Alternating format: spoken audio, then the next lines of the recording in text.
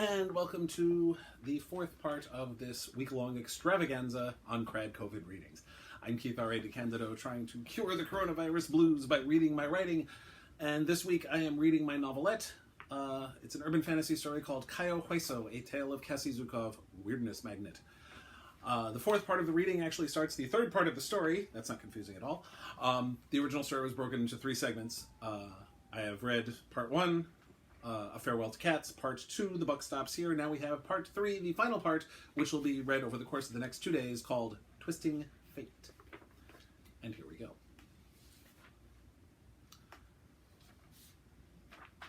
The last time I saw my twin brother Paul, he was driving away on Comet, the Harley-Davidson motorcycle my parents got. He didn't even say goodbye to me or our baby sister Sunny as he drove away from the house in La Jolla, California, where we grew up. He had a backpack and a couple $1,000s in his pocket. Within a month, his cell phone number was out of service, and messages to his email address bounced. He even disabled Comet's GPS. That was 3 years ago. I hadn't heard hide nor hair of him in all that time, except for one call 2 years ago to congratulate me on getting my master's degree.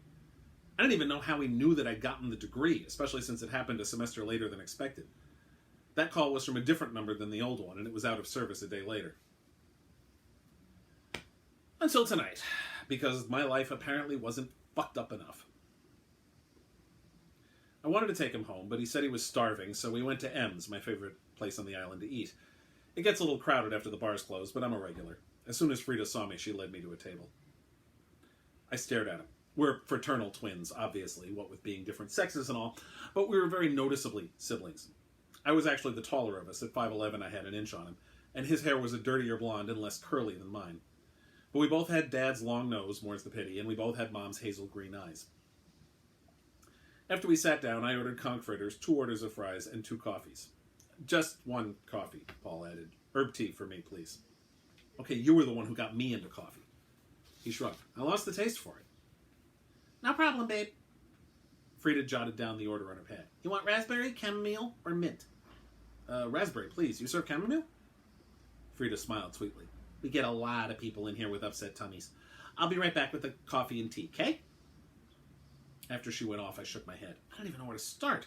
Where the fuck have you been for 3 years? Where haven't I been? Paul sighed. All right. There's something you need to know. I've got, well, for lack of a better word, I guess you could say I've got superpowers.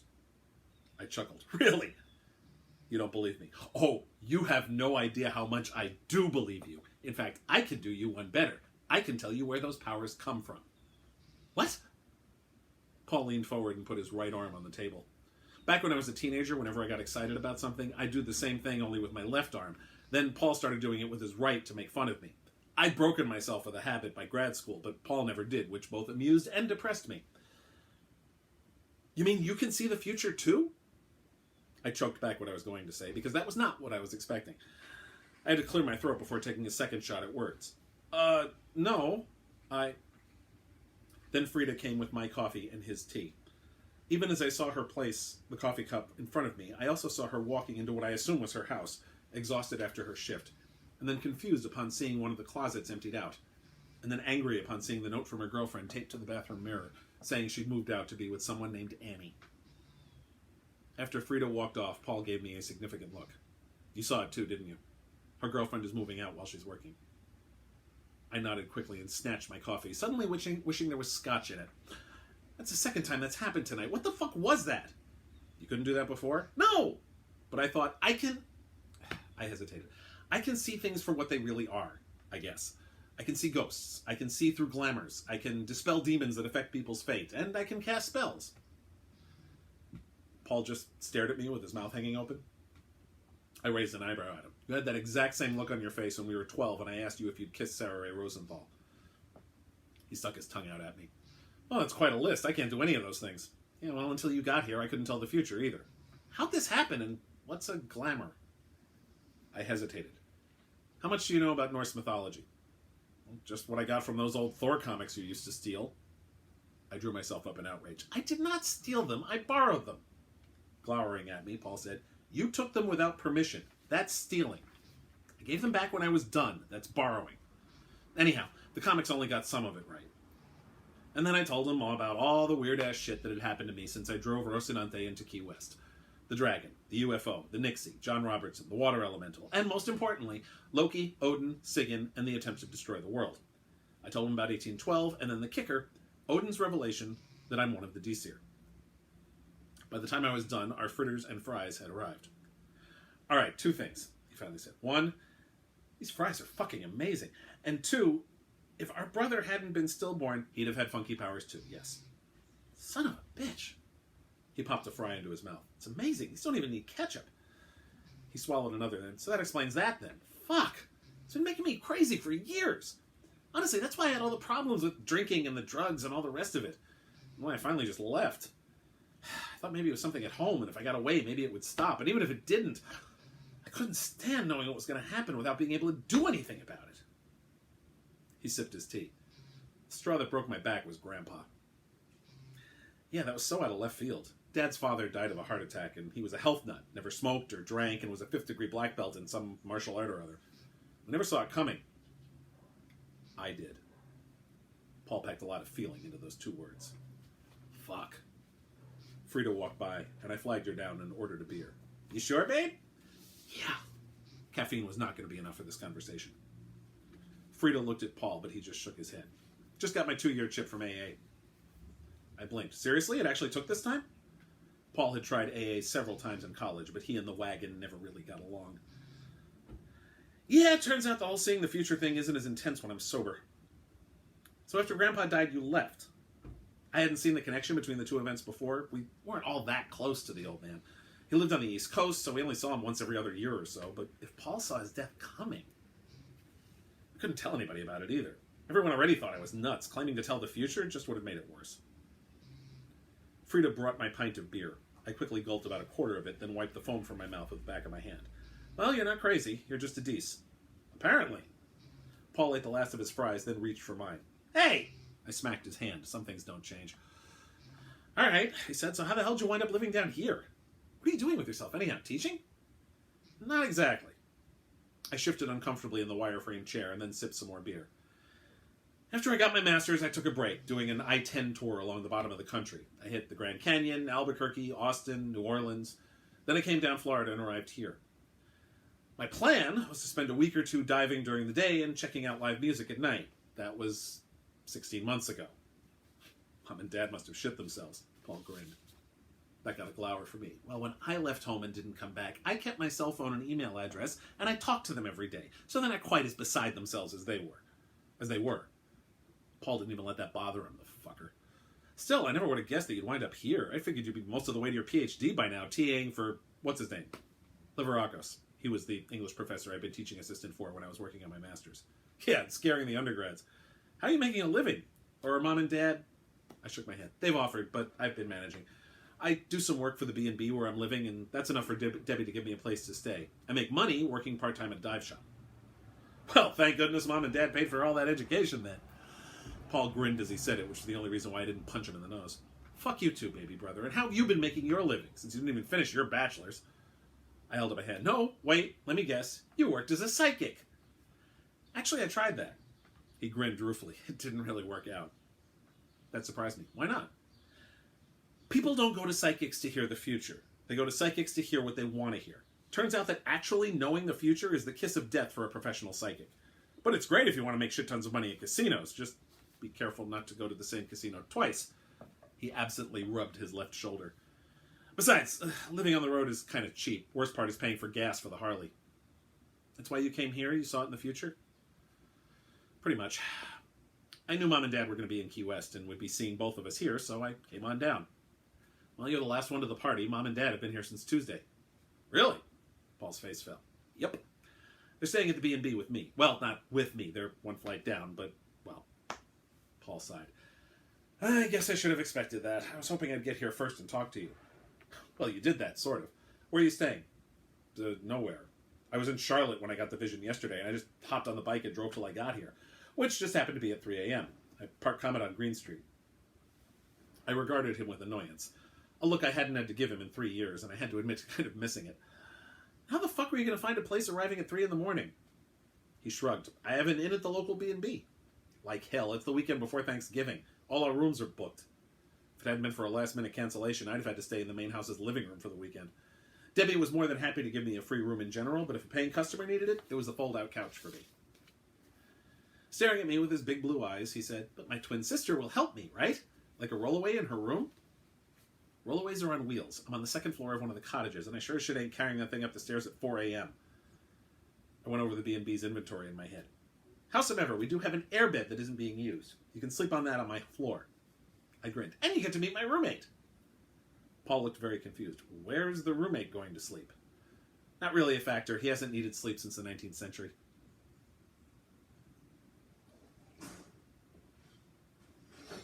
From there, we finished off our conch-fritters and caught each other up on what we've been doing.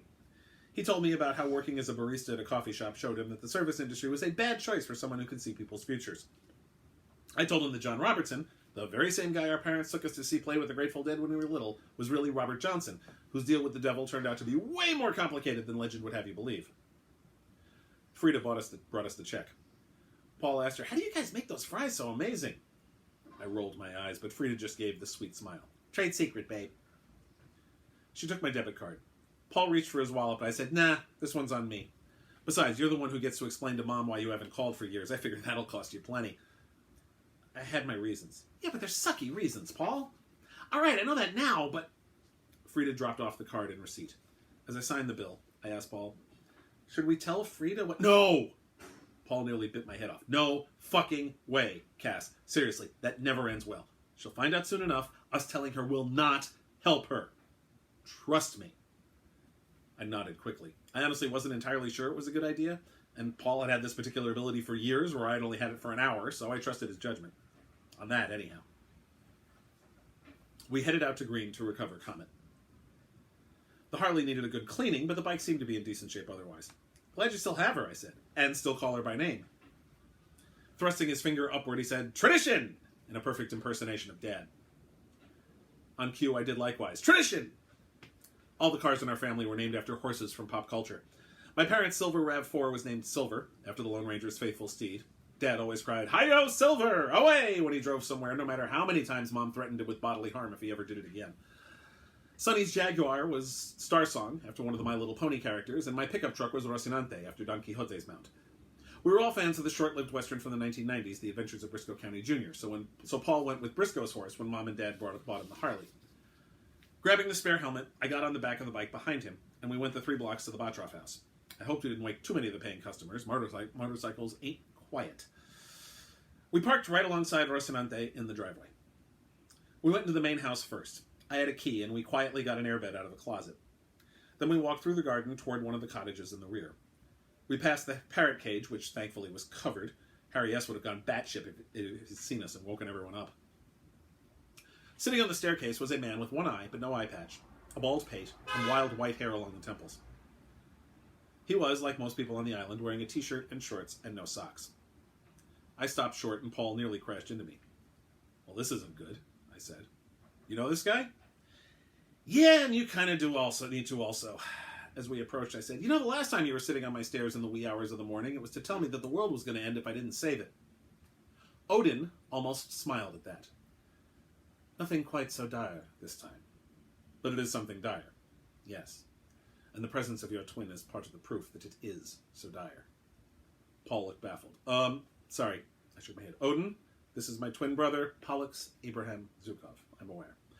You no doubt have questions, both related to yourselves and to the manifestation of ghosts." That got Paul to shoot me a look. "Ghosts?" Lamely, I said, "I was getting to that. Let us go inside." Odin rose to his feet. The 3 of us trundled up the stairs, and I unlocked the sliding door into the room. Waiting for us, as usual, was Captain Botroff. "So, this is the roommate?" Paul said, a hitch in his voice. "Yes, Captain Botroff, this is my twin brother, Paul." "My goodness," he said, "you really do have a twin." I regarded him with annoyance. "You didn't believe me?" The captain didn't reply to that, instead looking at my brother. "It is a pleasure to make your acquaintance, sir." Thanks, I guess." He swallowed. "Sorry, never talked to a ghost before." Now Botroff looked at me funny. "I was under the impression that he had the same capabilities as you yourself." "Not exactly. Not at all, in fact." Odin took a seat in the big wicker chair. and Paul went to sit at the desk chair, leaving the edge of the bed for me. I tossed the airbed and pump onto the white carpeted floor. Odin went on. Separate, the twins have different aspects of the Disir.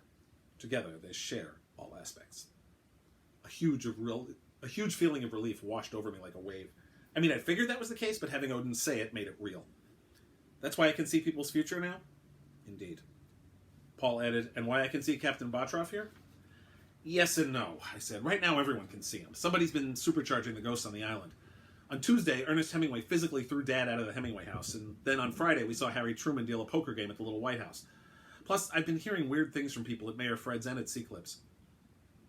Odin nodded. Sigyn also mentioned a strange death where a net disappeared. Yeah, you got any idea what's going on? I know only that strong magic is involved. Odin shook his head, but I do plan to investigate further. However, your assistance may be required to deal with it. Yeah, because that went so well last time.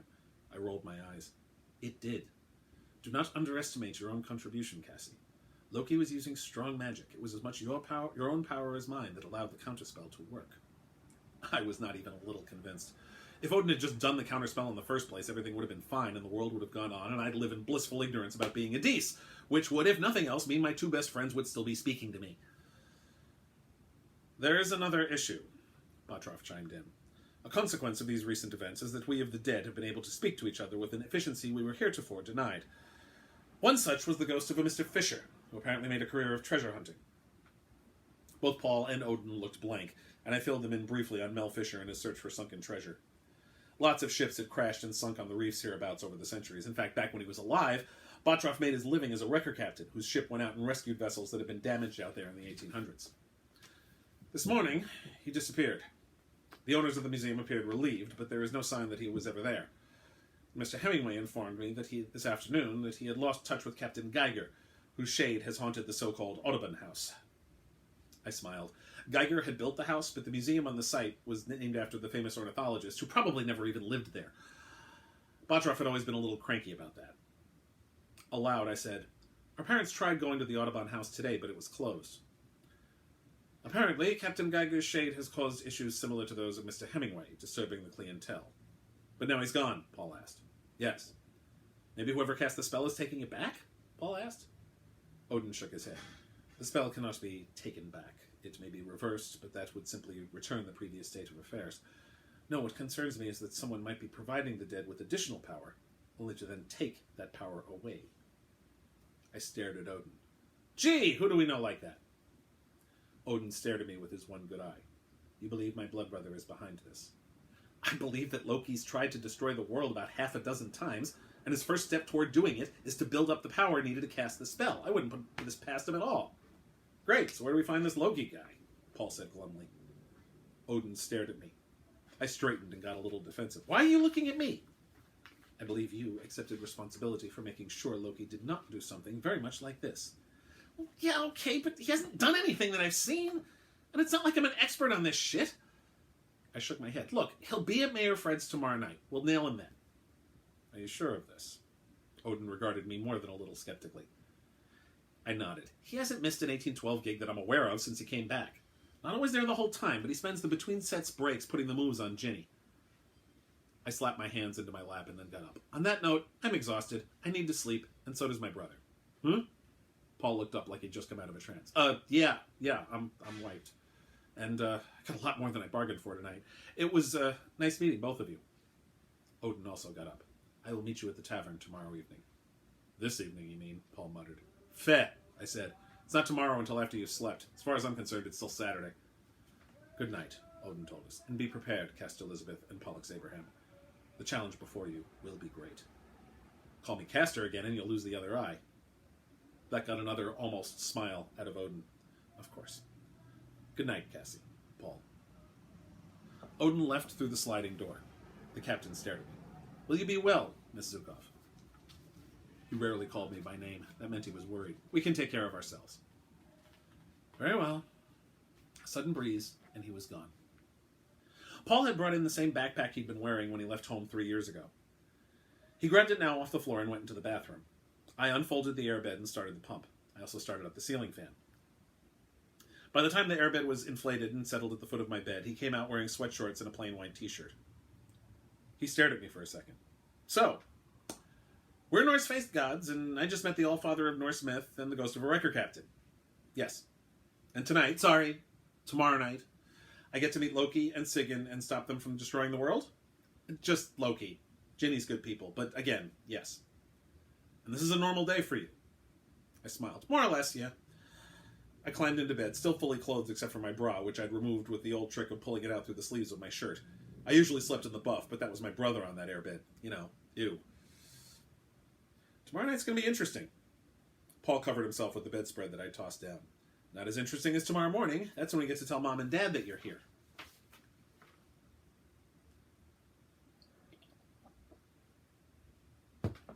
My usual morning routine was a bit messed up by my twin brother taking up most of my floor space. The airbed prevented me from even pulling the chair out from my desk and to sit at it and use my laptop. Instead, I checked my email on my smartphone before showering and getting dressed in the bathroom. After so long, I didn't bother with modesty around Captain Botroff, but for some reason I was self-conscious of being undressed or doing my morning toilette in front of the guy I shared a womb with. The human brain is seriously fucked up. Well, at least mine is. Of the various emails I got, the only one I actually read was the one from C-Clips, telling me who'd signed up for the 1 p.m. dive. That was when I realized how much awkwardness was afoot. C-Clips was slammed due to the upcoming Thanksgiving holiday. They were running 3 dives at once, and they only had 4 dive masters, one of whom had to stay behind to keep the shop open while the 3 boats were out. If it was an emergency, Kara, Andy, and Noah could run the dives, and they just closed the shop, but then I'd A, let my employers down, B, cost them business they might have gotten if the shop was open for those 2 hours, and C, cost myself a day's income. Question was, did Paul's reunion with Mom and Dad constitute an emergency? By the time Paul got ready, I had decided on a course of action. Leaving him in the room and telling him to wait for my signal, I went downstairs. I'd composed a text message to him, which had the added benefit of me finally getting his new cell number. The signal would be me hitting send on that message. Mom and Dad were waiting for me at one of the tables outside in the garden. The main breakfast rush was long gone, but Debbie kept some pastries and coffee and tea and juice on the table for the late risers like me. My parents were both wearing damp bathing suits, my mother with an unbuttoned blouse over it, my father also wearing a t-shirt. Mom was in her usual big floppy hat. I noticed bits of sand here and there. Went to the beach, did you? I asked as I passed the table and went for the coffee. Dad leaned over to Mom. Told you she should have become a detective. I hate guns, remember? I took the first sip of the blessed hot beverage, and the cobwebs cleared a bit. I know it's totally psychosomatic, but that first sip makes all the difference. It blasts away the bleariness. Sitting down alongside them, I placed my phone in front of me on the table. Listen, Mom, Dad, something happened last night. Actually, a couple somethings, I added, remembering that Bobby's grumpiness at me extended to disinviting us from Thanksgiving at her parents' place. I quickly mentioned that, which got a look of concern from Mom, but I waved her off. That's not the big news, though. I activated my phone and hit send. I also had a surprise visitor last night. The light thunk of sneakers hitting wooden stairs could be heard behind us. Mom and Dad saw me look over toward the cottage where we were all staying and turned around. Paul came down and walked to the table. Hi, Mom. Hi, Dad. Oh, baby! Mom leapt up from her chair and wrapped Paul in the most enthusiastic bear hug I've ever seen. It knocked her floppy hat to the ground. Oh, thank God you're alive! Alive and apparently a Norse god. He smiled. Who knew? Well, I did. I leaned over to pick up Mom's hat off the ground. Dad looked up at Paul, who was still wrapped in maternal arms. You look like shit, son. Thanks, Dad, Paul said wryly. I was driving all night. Still got Comet? Dad asked. Of course. She's a great ride. Good. Mom finally broke the embrace and cupped Paul's jaw in her hands. Let me look at you. She chuckled. Your father's right. You do look like shit. Some tea will help. We've got just the thing. The next 15 minutes were just like old times, sitting around the breakfast table on a late Sunday morning. Paul told a condensed version of what he'd been doing and mentioned how relieved he was that he got the vision to come here because now everything made sense. You know about Pop? Our father's voice was slightly strangled when Paul revealed that particular thing. I saw a vision of him dying, Paul said. But I didn't realize it was an actual premonition. I was always seeing weird stuff. And why didn't you say anything? Now Dad was sounding pissed. Dad, I started. Paul held up both hands, palms up in frustration. What was I supposed to say? How would you have reacted if I said, by the way, Grandpa's going to die of a heart attack next week? Dad opened his mouth as if to yell, closed it, shook his head. I just said you were crazy, he finally said in a softer voice. Exactly. Paul let out a long breath. I just wish I'd known about this whole Deese thing. You and me both, I muttered. Louder, I said, look, I need to go run a dive. You three gonna be okay? Are you kidding? Mom asked. I've been dreaming of this day for 3 years. We've got so much to catch up on. Lucky you. I stood up. You're gonna get the Reader's Digest condensed version of the emails I've gotten every morning for the past couple of years. Dad gave me an "Are you serious?" look as he got to his feet. You honestly think she's going to condense it? I'm going to need more cappuccino. I went back to the room to get my dive gear, tossed it in the back of Rocinante, and headed to see Clips.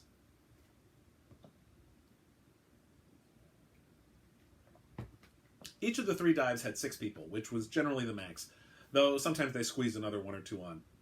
In fact, mine was supposed to have 7, the extra being a good friend, Rance Dimitrigian, but he never made it.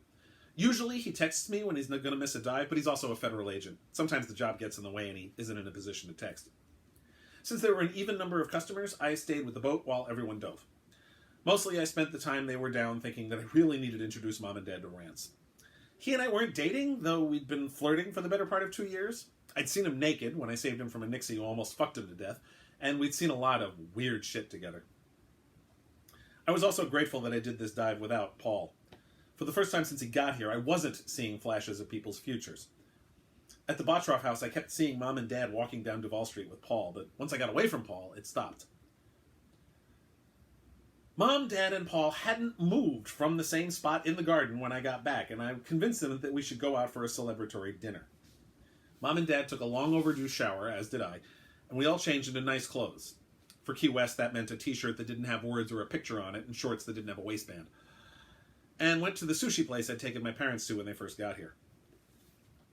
After dinner, my parents decided they wanted to see some of the other musical acts on Duval Street. There were plenty, and some of them were even good, and Paul and I left them to it. They invited us to come along, and I made noises about joining them eventually, but I wanted to see if I could patch things up with Bobby and Jaina.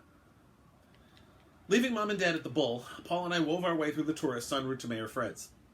I notice, Paul said, that you didn't mention the part about confronting Loki with his evil plot to make ghosts more real. I just glared at him as I narrowly avoid being slammed into by a drunken co-ed. I'm 5'11", you'd think they'd notice me. The night went downhill from there. First, we arrived at Mayor Fred's to find no sign of Loki. I asked Larry, one of the regulars, if he'd seen Sigurd around, and he said no, not since closing time last night, which was also when I saw him last. That didn't bode well. Second, 1812 sounded like hammered shit. Seriously, I'd seen about 85% of their performances since I arrived in Key West 16 months ago, and even though they were off some nights, they were never horrible. Until tonight. Bobby's guitar playing was lackluster, and she broke a string 3 times. Ginny and Chet couldn't get into any kind of rhythm together, and Ginny kept going to the hi-hat every 5 seconds, which was just weird. Jaina was the only one who seemed to be on, but she was a musical prodigy. She could be bleeding out from a gunshot wound and still play great. The first set ended with a Blacklight song called 1 Hour Too Far, during which Bobby just butchered what had always been a favorite guitar solo of mine. Just as the tune wound down, the third crap thing happened. Rance came in. Normally, Rance's arrival at Mayor Fred's was cause for celebration. We may not have been dating or anything, but I was pretty fond of the jackass, and he was fun to talk to and listen to music with. And I wanted him to meet Paul. But Rance was dressed up. And I don't mean Key West dressed up, but actual pants, button-down shirt, jacket, and socks, and shoes dressed up. Which meant he was on the job. He'd only been on the job in Mayor Fred's once before, and that was part of the same incident that led to me saving his life from the Nixie. There were 2 other guys with him whom I didn't recognize. They stayed at the entrance to the bar in the back. Rance studiously avoiding eye contact with me. That pissed me off for about half a second before I realized that if he was on official business, flirting with me was probably not something he could be seen doing in front of his buddies. 1812 finished 1 hour too far, and Bobby muttered, "We're taking a break." And they all wandered off the stage. Chet, as usual, went straight to the bathroom. Jaina was pulling out a cigarette and heading to the exit where Rance and frickin' Frack were waiting for her. "Hey, Dimitrigian. How... Ms. Naharadny, I'm afraid that we must speak to you for a few minutes. This is Detective Malloy and his partner, Detective Reed, from the Key West Police Department. May we speak to you in private, please, Ms. Naharadny?" "The fuck, Dimitrigian? Nobody calls me Naharadny no more, all right? We don't need to speak in private. I ain't got shit to hide from these people." Any other night, I'd have thought Jaina was nuts, but Sunday night was a quieter crowd with a ratio of regular to tourists that was much more in favor of the former than on any other night 1812 played. At this point, Bobby had noticed what was going on and had moved closer. "Rance? What's going on?" Rance let out a long breath and then said, All right, I'm afraid I have some bad news. It is the sad duty of the FBI and the Key West Police to inform you that your parents, Melissa Kolakowski and Augustus Naharodny, were found dead in their house this morning. Jana shook her head and snorted. Thought you said you had bad news. Paul and I exchanged glances. I felt my stomach clench, and the beer I'd just sipped went sour in my mouth. Last night, just as Paul arrived, I'd seen Jana attending the funeral of 2 people sometime in the future. One of the detectives asks, "When was the last time you spoke to your parents, Ms. Naharodny?" "Day before my 18th birthday, because that was the last time I had to. Moved out after that, never looked back. Look, it sucks that they're dead, but it ain't got shit to do with me. I ain't seen them, spoke to them, thought about them, or given 2 shits about them in 8 years. Nevertheless, Ms.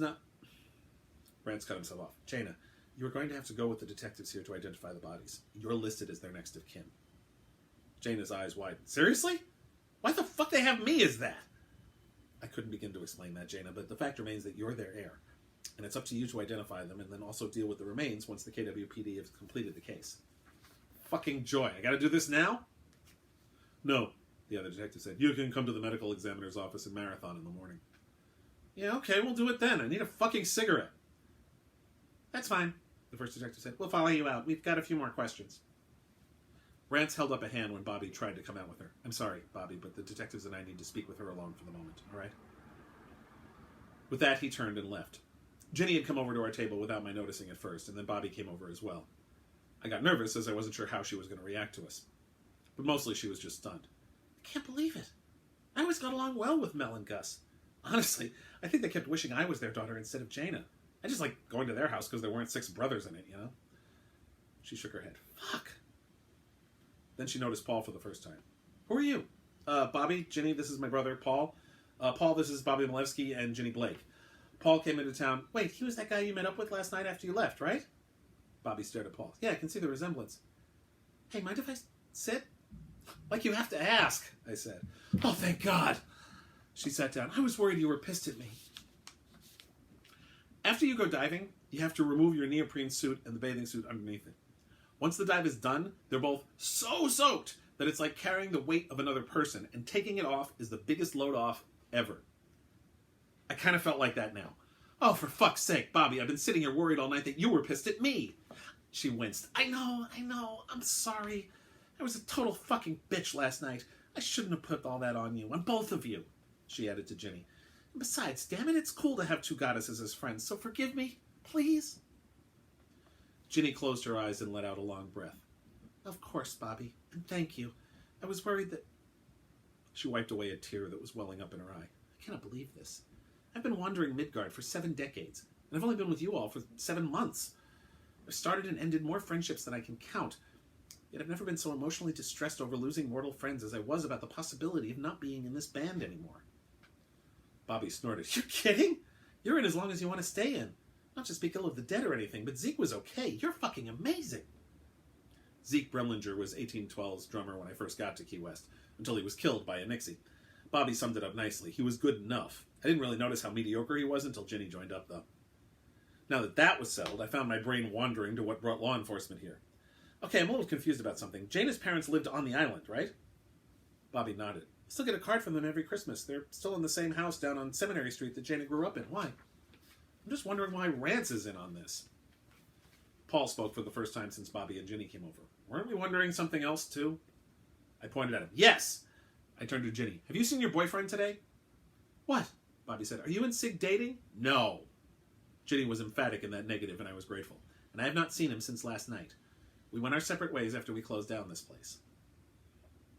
Jana came back in and looked down at the tableau. "Please fucking tell me we're back to being friends again, because I cannot take sitting through another shit set like that."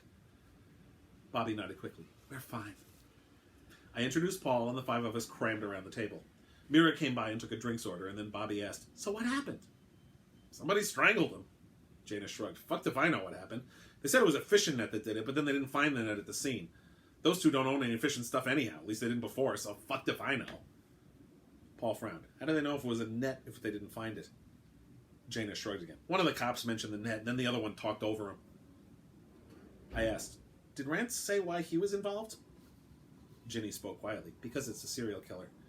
This is the 3rd instance of a person being murdered by a fishing net that I've heard of in the last 2 days. Shit. I remembered our conversation from the other day. That Greenpeace friend was a cop, right? A cop's husband, but yes.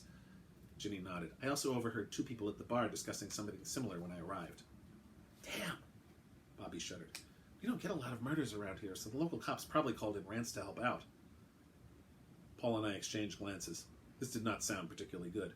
I then asked Jaina, want some company on the trip to the MEs? You sure? Jaina asked. Means getting up before 11. I'll manage it. You're my friend. Bobby pounded a fist on the table. All right, that's so not fair. You're not supposed to be so wonderful the day after I was a bitch and a half. Oh, shut the fuck up, Barbara Ann. Jaina only called her best friend that when she wanted to snark her off. Come on, I want to get back up and wash the taste of that first set out of my mouth. Within a few minutes, 1812 was back on stage. Bobby walked up to the mic and said, okay, we kind of didn't do Blacklight justice at the end of the last set, so let's do it right. This one's called Lip Lock. It was like night and day. On the first set, they were all over the place, totally out of sync. Now, they were like a well-oiled machine. Bobby buzzed through the guitar parts. Chet's deep voice just coated the song like chocolate on a candy bar, which kind of fit as a metaphor since the song was about a guy getting a blowjob. And Jaina's organ filled things out beautifully. And Bobby's solo between the bridge and the final verse was by far the best one of the night. Once Lip Lock was done, Jaina stepped out from the keyboards and put on her electric guitar. She, Bobby, and Chet all yelled into their mics, "Wipe out!" Then they slammed into the famous chord progression of the instrumental classic Wipeout, with each of the 4 taking a solo at different parts of the song. The song hadn't been part of 1812's oeuvre until after Ginny joined, as she loved riffing during the drum solos, and tonight she rolled and tumbled through a killer solo. Best of all, she had lost the hi-hat fetish. The rest of the night went much better, as the awkwardness was all gone.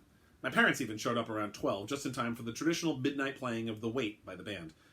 That was followed by the inevitable audience request for Van Morrison's Brown-Eyed Girl.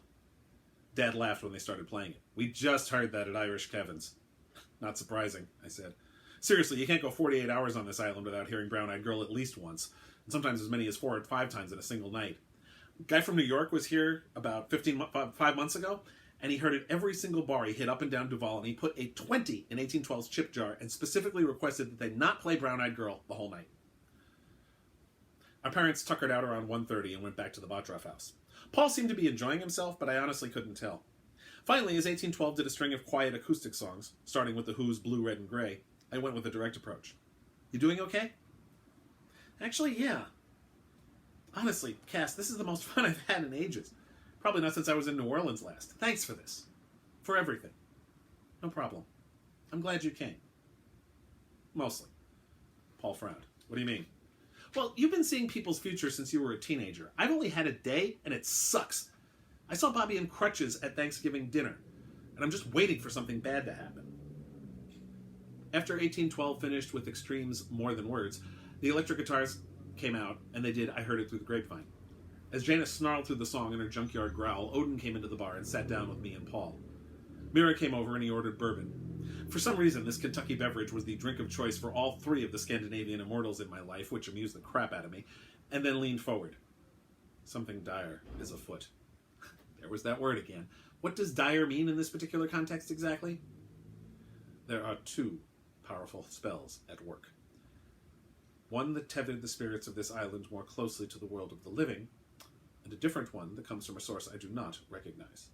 Wait, Paul said, so you do recognize the first one? He nodded gravely. My blood brother. Motherfucker. I leaned back in my chair and shook my head. I'm going to kill him. We must find him first. I had hoped that he was gathering power to himself to make another attempt to bring about Ragnarok. That is how I was able to find him in the past. But I can find no sign of him, which means he isn't gathering power to himself. What if he found a way to hide himself from you? Paul asked.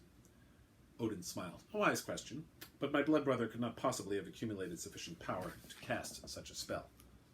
I didn't like the sound of this. Okay, you keep reminding us that he's your blood brother? Like you want to remind us that you swore an oath not to harm him? Paul shot me a look. He did? I nodded. And he broke that oath in April. To save the world. It is unlikely that such a great calamity will ensue on this occasion. I don't know. People are dying. We've got a bunch of people murdered with fishing nets that disappear. That sounds like a ghost to me. Odin nodded gravely. We must find Loki quickly. I believe we should conscript Sigyn to this purpose. Okay, but we'll have to wait until the set's done at 3.